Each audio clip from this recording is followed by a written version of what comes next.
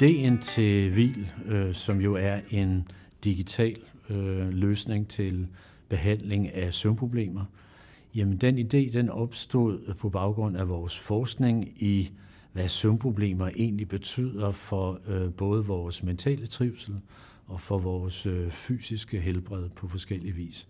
Problemet er, at selvom man ved i dag, at kognitiv adfærdsterapi for insomni, det er en effektiv løsning til behandling af søvnproblemer. Det er faktisk endda første valg frem for sovemedicin. Jamen selvom man ved det, jamen, så er der få trænede behandlere. Så det, man har arbejdet med i de senere år, det er at se, om man kan overføre den her behandlingsform til en digital løsning, og det ser faktisk ud til, at det er forrygende effektivt. Så det er det, vi arbejder med i Hvil. Og hvis man går ud på internettet, jamen, så er der jo den ene løsning efter den anden, og masser af gode råd, og man kan måle det ene og det andet. Men i virkeligheden så er meget få af de tilbud, der er sådan egentlig forskningsbaserede.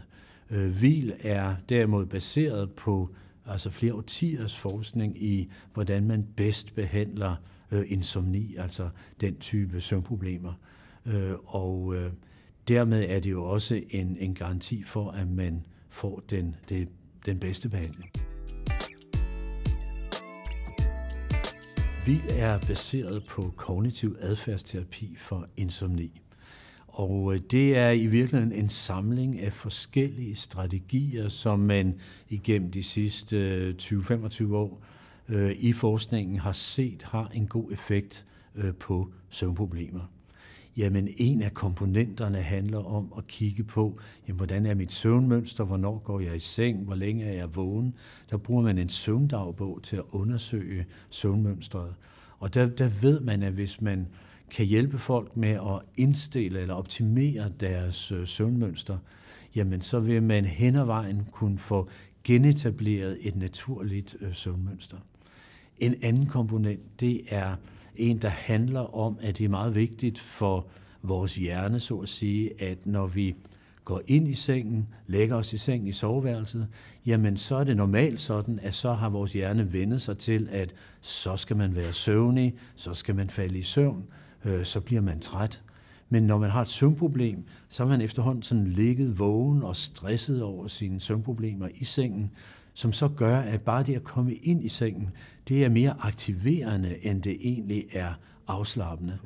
Så er det i det hele taget, man ved jo, at noget af det, der holder folk vågne, det er jo både mentale tanker, bekymringer, man gør sig, tankemylder, som man kan have, men det er også den der fysiske sådan stressreaktion, når man ikke kan sove.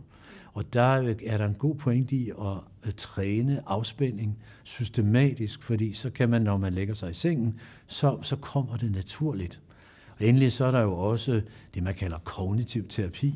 Der kigger man på de tanker, som folk gør sig omkring søvn, og får dem omformuleret til nogle mere hensigtsmæssige tanker. Nogle mennesker, de tænker måske, at jeg kommer simpelthen ikke til at lukke et øje i nat, og det bliver helt forfærdeligt. Og så nogle katastrofetanker, de er jo med til at holde os vågne. Og der får man så hjælp til at tænke nogle mere hensigtsmæssige tanker. Og endelig så er der jo det, som de fleste mennesker faktisk kender, en lang række gode råd om, at man ikke skal drikke kaffe lige inden man skal sove, for eksempel. Og altså nogle gode som søvnhygiejneregler, de er sjældent effektive direkte i sig selv, når man har et alvorligt søvnproblem, men de er meget vigtige til at understøtte den gode søvn, når man har fået den etableret igennem de andre komponenter.